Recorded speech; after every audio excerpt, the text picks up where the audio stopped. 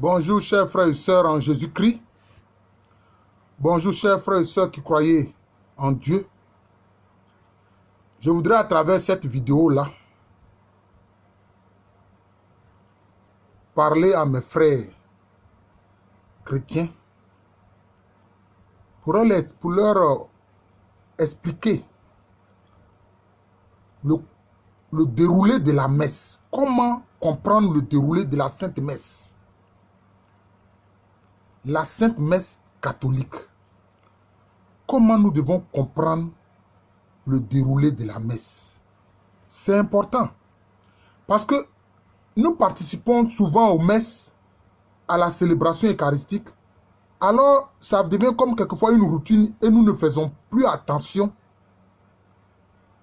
Je peux dire à toute la grâce, à toute la profondeur qu'il y a dans la Sainte Messe. Vous savez que la Sainte Messe aussi est appelée Eucharistie. Eucharistie vient d'un mot grec, Eucharistio, qui veut dire grâce, rendre grâce. C'est-à-dire qu'on rend grâce d'une façon très profonde. Donc, la messe, c'est-à-dire, nous disons merci d'une façon très profonde à Dieu pour ce qu'il a fait pour nous. Parce que nous reconnaissons que nous avons reçu de lui des biens incommensurables. Donc, Eucharistie, ça veut dire grâce, rendre grâce. Dire merci d'une façon très profonde. Donc, cette vidéo-là, je l'intitule « Comprendre le déroulé de la Sainte Messe ». Et quand nous allons célébrer l'Eucharistie, nous commençons comment? Le prêtre commence en disant « Au nom du Père et du Fils et du Saint-Esprit ». Cela veut dire quoi? Ça veut dire que tout ce que nous allons faire au cours de la célébration de la Sainte Messe, là, c'est placé sous le sceau, sous l'autorité de la Sainte Trinité. Le Dieu unique, qui est Père, qui est Fils et qui est Esprit Saint. Donc c'est au nom de la Sainte Trinité que la messe se dit. C'est très important. Voilà. C'est très important. Donc c'est au nom de la Sainte Trinité que la messe est célébrée. Et puis après cela, qu'est-ce qui vient? C'est la salutation. Le prêtre dit, la grâce de Jésus-Christ notre Seigneur, l'amour infini de Dieu le Père et la communion du Saint-Esprit soit avec vous. Donc il nous salue, c'est une salutation. Et nous répondons, et avec votre esprit. C'est la salutation. C'est une salutation, il faut savoir cela, c'est une salutation. Mais quand c'est l'évêque, lui quand il vient, il ne dit pas la grâce de Jésus-Christ notre Seigneur, l'amour infini de Dieu le Père et la communion du Saint-Esprit soit avec vous. Non. Lui quand il vient, il dit que la paix soit avec vous. Qu'est-ce qu'il fait là? Il reprend les paroles du Seigneur Jésus-Christ après sa résurrection. Quand il est rentré là où étaient ses disciples, alors que les portes étaient fermées, c'est ce qu'il a dit. La paix soit avec vous. Ce sont ces paroles du Seigneur Jésus-Christ après sa résurrection. C'est ce que l'évêque dit et reprend. Donc vous voyez, il faut savoir ces choses-là. Et évidemment, nous répondons, et avec votre esprit. Alors, le Père dit que nous devons nous préparer à célébrer l'Eucharistie. Parce que la messe là, ça consiste à quoi? Ça consiste à faire mémoire du Seigneur Jésus-Christ. Parce qu'il avait dit à ses disciples, faites cela en mémoire de moi. Faites cela en mémoire de moi. Quand on fait mémoire de quelqu'un, c'est pourquoi? C'est pourquoi on ne l'oublie jamais.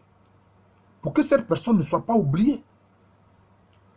Et alors, qu'est-ce que nous récitons? Nous récitons le Confiteor, c'est-à-dire, nous confessons nos péchés. Nous reconnaissons que nous sommes de pauvres pécheurs. C'est important. Parce que, qui peut se prétendre pur, c'est devant le trône de justice de Dieu. Devant Dieu, qui est la sainteté primordiale, qui est la pureté primordiale. Est-ce que toi, une créature, tu peux venir devant lui pour te proclamer saint et pur? Souvenez-vous de ce que le Seigneur Jésus-Christ a dit à propos des prières du publicain et de la prière du pharisien. Le pharisien est venu dire devant Dieu dans le temple que lui, il est une bonne personne. Il se présente même comme quelqu'un qui ne pêche pas. Il dit, mais moi, je ne suis pas comme ce publicain-là, etc., etc. Vous savez ce que le Seigneur Jésus-Christ a dit à ce propos-là? Il dit, mais à la fin de ces prières-là, qui Dieu a trouvé juste? Mais c'est le publicain. Parce que le publicain se tapait la poitrine pour dire, Seigneur, prends pitié du pauvre pécheur que je suis. Il n'ose même pas lever la tête, même non, parce que il reconnaît son péché. Parce que nous sommes des pécheurs. Mais nous comptons sur la grâce du Seigneur Jésus-Christ. C'est pour ça que nous confessons nos péchés. Nous reconnaissons que nous sommes pécheurs. Et nous supplions nos frères, la Vierge Marie et tous les saints anges de prier pour nous. Vous voyez, c'est très important. Parce que se reconnaître pécheur, c'est déjà s'attirer la faveur de Dieu. C'est déjà s'attirer la faveur de Dieu. C'est vraiment s'attirer la faveur de Dieu. Donc c'est important. C'est pour ça que nous reconnaissons que nous sommes pécheurs. Et comme nous sommes pécheurs, qu'est-ce que nous devons faire? Nous devons écouter la parole de Dieu pour que cette parole-là, qui est la vérité, nous sanctifie. Souvenez-vous de la prière du Seigneur Jésus-Christ, dans la prière sacerdotale, en Jean 17. Il dit, ta parole est la vérité. Sanctifie-nous par cette parole-là, qui est vérité. C'est ça. La parole du Seigneur est la vérité. Alors, nous nous disposons à écouter la parole de Dieu, qui commence par une première lecture, qui est prise dans l'Ancien Testament. Dans l'Ancien Testament. C'est-à-dire de la relation, de ce que Dieu a fait avec des hommes, souvent qu'il a appelés en mission, etc. Et tout ce qui s'est passé avant l'incarnation de notre Seigneur Jésus-Christ. Et quand c'est fini, on dit parole du Seigneur. Nous disons quoi? Nous rendons grâce à Dieu. Nous disons merci à Dieu de nous avoir donné sa parole. Nous disons merci. Nous lui rendons grâce parce que nous accueillons cette parole-là. Ce n'est pas des mots en l'air. Quand on dit parole du Seigneur et puis nous répondons, nous rendons grâce à Dieu. Nous disons merci à Dieu parce qu'il nous a donné sa parole. C'est important. Et puis, il y a la méditation des psaumes. Il y a la méditation d'un psaume. C'est important aussi. Nous écoutons ce que le psaume dit, ou bien nous chantons cela. Parce que les psaumes regroupent souvent des prières, etc., des hymnes. Nous écoutons aussi cela. Beaucoup de ces psaumes-là ont été rédigés par le roi David. Vous voyez? Et nous méditons cela. Là, c'est un aspect de la méditation. C'est important. Et puis ensuite, on écoute la deuxième lecture. La deuxième lecture qui sont soit les lettres de Paul, les épîtres de Paul, soit les actes des apôtres ou les épîtres de Jean, de Pierre, de Jacques, etc. Là aussi, quand c'est fini, qu'est-ce que nous disons? On dit parole du Seigneur, nous disons quoi? Nous rendons grâce à Dieu. Nous disons encore merci à Dieu pour sa parole qui vient encore à nouveau de nous donner. Voilà. Parce qu'il veut nous donner à chaque fois sa parole pour que nous soyons remplis de sa parole. Et puis, maintenant, c'est le prêtre qui vient pour l'évangile. Pour l'évangile. Et là encore, il nous salue pour l'évangile. Le Seigneur soit avec vous. Et nous répondons, et avec votre esprit. Donc, à nouveau, il y a une salutation pour que nous puissions écouter l'évangile qui concerne maintenant ce que Jésus-Christ a fait quand il était sur terre. Vous voyez? Ça aussi, c'est très important. Et puis, il lit un passage de l'évangile. Et quand il finit, qu'est-ce qu'il dit? Acclamons la parole de Dieu. Acclamons la parole de Dieu. Et nous répondons quoi? Louange à toi, Seigneur Jésus. Dieu a parlé. Parce que Jésus-Christ est Dieu. Alors nous le louons. Vous voyez? Les deux premières lectures, nous avons rendu grâce à Dieu. Maintenant, nous louons Dieu. Parce qu'on dit Dieu siège dans la louange. Puisque nous avons loué le Seigneur Jésus-Christ, il va siéger maintenant. Il siège pour nous. Et quand il siège, c'est pour faire quoi? C'est pour répandre ses grâces, ses bénédictions sur nous. Vous voyez? Qui avons écouté sa parole. Et puis maintenant, bon, le prêtre fait un commentaire. Hein? C'est ce qu'on appelle l'homélie. C'est un commentaire des lectures. Soit il peut insister sur l'évangile, ou bien sur la première lecture, la seconde lecture, ou bien commenter les trois à la fois. Voilà. Il fait un commentaire pour nous expliquer, pour que nous puissions comprendre la parole de Dieu que nous avons entendue. C'est très important.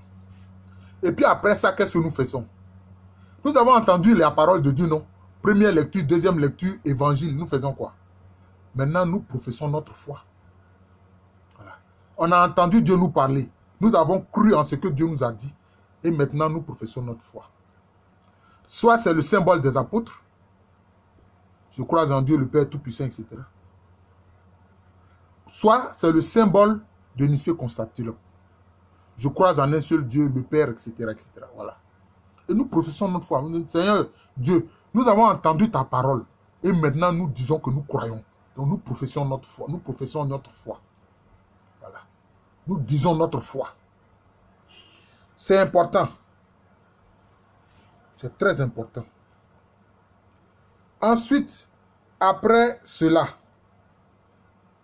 maintenant, qu'est-ce qui se passe?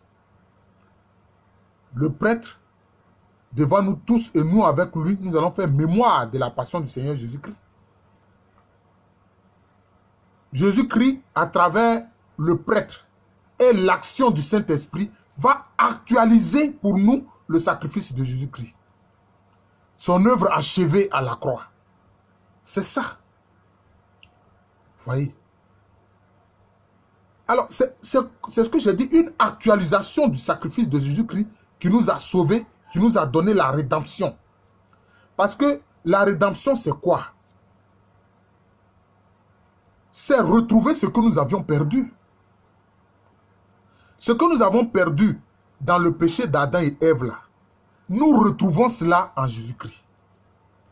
Parce que Adam et Ève ont rompu l'amitié de Dieu. Ils ont rompu la grâce de Dieu. Et quand vous lisez, vous regardez le livre de la Genèse, on remarque que Dieu régulièrement rendait visite à Adam et Ève. Mais quand ils ont péché, qu'est-ce qu'ils font maintenant? Ils se cachent de lui. Ah, quand on pêche, on se cache. Voilà, c'est ce que Jésus a dit. Quand les gens font du tort là, ils sont dans l'obscurité, ils ne veulent pas venir à la lumière. Vous voyez? Mais maintenant, Jésus-Christ, ce que nous avons perdu en Adam et Ève, là, nous retrouvons ça. La grâce de Dieu, l'amitié de Dieu. Vous voyez? Vous voyez la profondeur de la Sainte Messe? C'est fantastique. Alors, bon, là, vous savez, hein, il rappelle ce que le Seigneur Jésus-Christ a fait, etc. Notamment, durant ce qu'on appelle la Sainte Seine, hein, l'offrande de son corps et de son sang, à travers le pain rompu et à travers le vin qui devient son sang, à travers le pain qui devient son corps, à travers le vin qui devient son sang. Mais qu'est-ce qu'il fait? Il invite le Saint-Esprit à venir faire cela. C'est le Saint-Esprit qui le fait. Donc, il demande au Saint-Esprit de venir, il demande à Dieu d'envoyer le Saint-Esprit pour répandre, que l'Esprit du Saint-Esprit se répande sur les offrandes, sur le pain pour en faire corps du Christ, et sur le vin pour en faire sang du Christ. Vous voyez? C'est ça. Et Dieu, Jésus-Christ, donc nous invite ainsi, après que cela a été fait par le Saint-Esprit, on appelle ça l'épiclèse, c'est l'épiclèse. Cette action du Saint-Esprit qui, par la parole du prêtre, hein, demande à ce que le pain là devienne corps du Christ et le vin devienne sang du Christ. On appelle ça l'épiclèse. Vous voyez. C'est important, c'est fondamental. C'est une actualisation du sacrifice de Jésus-Christ. Donc ne pensez pas que non, le Seigneur Jésus-Christ a fait son sacrifice il y a 2019 ans, bientôt 20 ans. Bon, ça c'était là-bas. Non. À la messe, cela est actualisé. C'est actualisé. C'est très important. Et quand l'épiclèse est faite, quand le Saint-Esprit vient sanctifier les offrandes de l'Église pour en faire corps et sang de Jésus-Christ, c'est une réalité. Dieu, le Seigneur Jésus-Christ, donnait la grâce à certains saints de voir sa présence dans le pain consacré et dans le vin consacré. Une sainte comme Sainte Catherine de Sienne, chaque fois qu'elle communiait là, elle voyait Jésus-Christ dans l'hostie consacrée. Il est dit qu'une fois, il y a un prêtre qui est venu pour lui donner la communion. Et puis, il tend et dit le corps de Jésus-Christ. Sainte Catherine de Sienne lui dit, mais mon père, Jésus n'est pas présent. Alors, il s'est rappelé que, non, ça n'a pas été consacré.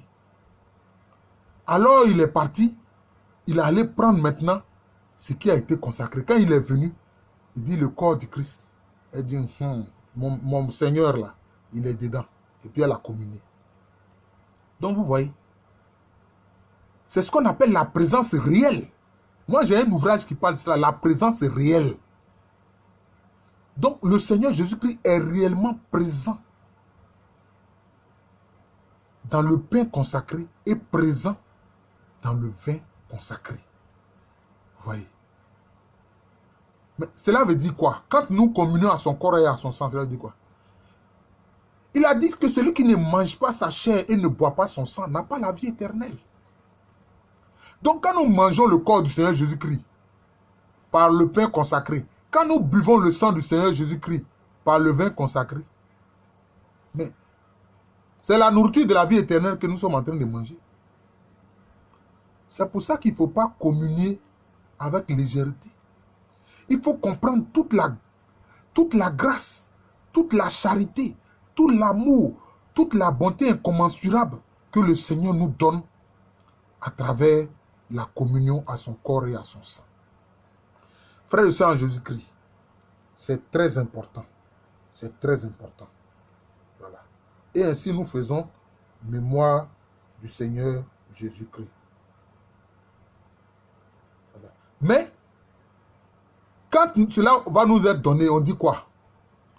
Que nous ne sommes pas dignes de te recevoir, mais dis seulement une parole et nous serons guéris. Là, on reprend un peu les paroles du centurion romain qui avait dit, je ne suis pas digne que tu entres sous mon toit, mais dis seulement une parole et puis mon serviteur sera guéri. Parce que nous croyons à la parole du Seigneur Jésus-Christ. Nous savons que s'il dit seulement une parole là, nous sommes guéris. Il dit seulement une parole là, nous sommes sauvés. Il dit seulement une parole là, nous avons la rédemption. Vous voyez? Et quand nous avons fait cela, pourquoi est-ce que, après avoir assisté à l'actualisation du sacrifice de Jésus-Christ, nous communions à son corps et à son sang? Parce qu'en ce moment-là, nous recevons la dignité de fils et de filles de Dieu. Nous devenons des enfants de Dieu. Parce que nous avons cru à l'œuvre achevée à la croix par Jésus-Christ. Parce que nous avons cru à l'actualisation de son sacrifice à travers l'Eucharistie. Et comme donc nous recevons son corps et son sang, donc nous recevons à nouveau la dignité de fils et de filles de Dieu. C'est important. Donc nous avons cette dignité-là. Donc nous communions à son corps et à son sang. C'est très très important. Alors, après tout cela, quand nous avons communié au corps et au sang de Jésus-Christ, bon, après le reste, il y a... Chacun de nous, après ça, se concentre, on dit merci au Seigneur pour vraiment ce viatique, c'est-à-dire cette nourriture pour la vie éternelle, ce viatique pour la vie éternelle. C'est important, nous disons merci. Et puis maintenant, quand tout cela est fait, eh bien, le prêtre dit la prière finale et puis il fait quoi? Nous recevons maintenant la bénédiction. Le prêtre demande à ce que Dieu nous bénisse. Dieu Père, Fils et Saint-Esprit nous bénissent. Et nous répondons quoi? Amen. Parce que Amen, ça vient de quoi? Ça vient, disons, d'une contraction d'une phrase en langue hébreu. Ça vient de Adonai, Melech, Naman. Adonai, Seigneur, Melech, roi, Naman, fidèle. Voilà. Ça veut dire Seigneur, roi, fidèle. Il est fidèle comme parce que sa parole est vérité. Amen, cela veut dire oui, c'est vrai, je crois. J'accepte, je crois ça. Voilà. Donc, nous croyons à cette bénédiction-là que le prêtre nous donne de la part du Seigneur. Vous voyez? Que le prêtre dit de la part du Seigneur, parce que c'est Dieu lui-même qui nous bénit. Parce qu'il dit que Dieu Tout-Puissant vous bénisse, le Père, le Fils et le Saint-Esprit. Nous répondons Amen. Et puis après, il dit quoi? Allez dans la paix du Christ. C'est-à-dire que là, maintenant, c'est le renvoi. Puisque nous avons fait mémoire du Seigneur Jésus-Christ, nous avons communié à son corps sacré, à son précieux sang, qui nous donne la vie éternelle. Maintenant, il dit quoi? D'aller dans la paix du Christ. Voilà. Nous avons la paix du Christ. La paix du Christ est comme sur nous, comme un sceau. Voilà. C'est pour ça qu'il avait dit à ses disciples, quand il dit, je vous donne ma paix. Je ne vous la donne pas comme la paix du monde, non. C'est une paix profonde intérieure qui jaillit de notre âme. C'est ça. C'est pour ça que vous voyez beaucoup de chrétiens véritables, vous voyez comme une candeur, une douceur dans leur visage. Vous voyez. Souvent, des gens qui sont du monde croient que c'est de la faiblesse. Mais ils ne savent pas. C'est pour ça que, regardez, quelles sont les créatures auxquelles Dieu s'identifie d'abord par rapport à l'homme qui est son image. Mais quand les gens faisaient les sacrifices au temple, là, avec quoi? C'était avec une colombe ou bien deux tourterelles. Remarquez bien, d'ailleurs la tourterelle et la colombe, ce sont des oiseaux de même race. Oui. Mais seulement la tourterelle est plus petite. Remarquez bien. Et puis la colombe, c'est quoi? C'est un pigeon albinos. La colombe, là, c'est un pigeon albinos. Mais vous voyez que ces oiseaux-là, quand vous les prenez dans les mains, ils ne s'excitent pas. Ils sont là, candides comme ça. C'est comme l'agneau. Hein? C'est comme l'agneau. Même quand vous allez le tuer, il est là, tranquille. Vous voyez? Il ne s'excite pas. Alors, regardez les caprins, comment on appelle ça, les cabris, les boucs, là, regardez comment eux, ils sont. Ils sont excités comme ça. C'est pour ça que quelquefois, dans l'iconographie, c'est-à-dire dans les images, quelquefois, on a représenté le diable avec une tête de bouc. Oui. Alors que Jésus, on l'a identifié à l'agneau. C'est ce que Jean-Baptiste a dit. Voici l'agneau de Dieu qui ôte le péché du monde. Vous voyez? Parce que ce sont des créatures candides. Candides, douces. Des créatures douces. Voilà. Donc, nous avons reçu la bénédiction. Et puis maintenant, qu'est-ce que le prêtre dit?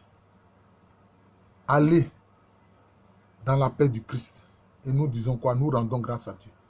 Ça, c'est le renvoi. Mais quand il nous renvoie là, c'est pourquoi?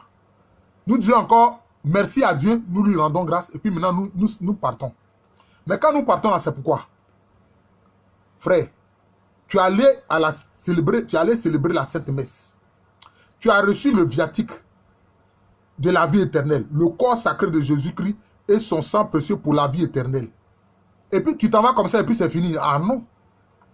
Quand le prêtre fait le renvoi là, c'est pourquoi? C'est pour que nous allions témoigner dans le monde de ce que Jésus-Christ a fait pour nous. C'est pour aller témoigner. C'est pour que nous soyons des témoins de ce que Dieu a fait pour nous par Jésus-Christ. C'est de ça qu'il s'agit. Donc le renvoi là, ce n'est pas fini. Hein? Ah non. C'est pour que nous allions témoigner au monde, à ceux qui ne sont pas encore du Christ, qui n'appartiennent pas au Christ, pour dire que voilà ce que Dieu a fait pour nous à travers son Fils bien unique, son Fils éternel, sa parole éternelle, la sagesse éternelle, Jésus-Christ, le Sauveur, le Rédempteur de l'humanité. Nous venons témoigner, nous témoignons, nous partons pour témoigner de cela. Donc le renvoi, c'est pour que nous allons témoigner de Jésus-Christ dans le monde. Je vous remercie. J'ai tenu à faire cette vidéo-là que j'intitule « Comprendre le déroulé de la Sainte Messe ». Vous voyez? Donc, la Sainte Messe, là, il ne faut pas participer à ça comme si on s'en va jouer au golf ou bien on s'en va assister à un match de football. Non. C'est tout un mystère du salut de Dieu en Jésus-Christ qui se passe sous nos yeux durant la célébration de la Sainte Messe de l'Eucharistie. Je suis le frère Jean de l'amour de Jésus. C'est mon nom spirituel. Et à l'état civil, je suis le professeur Alou Kwame René. Merci encore et bonne journée.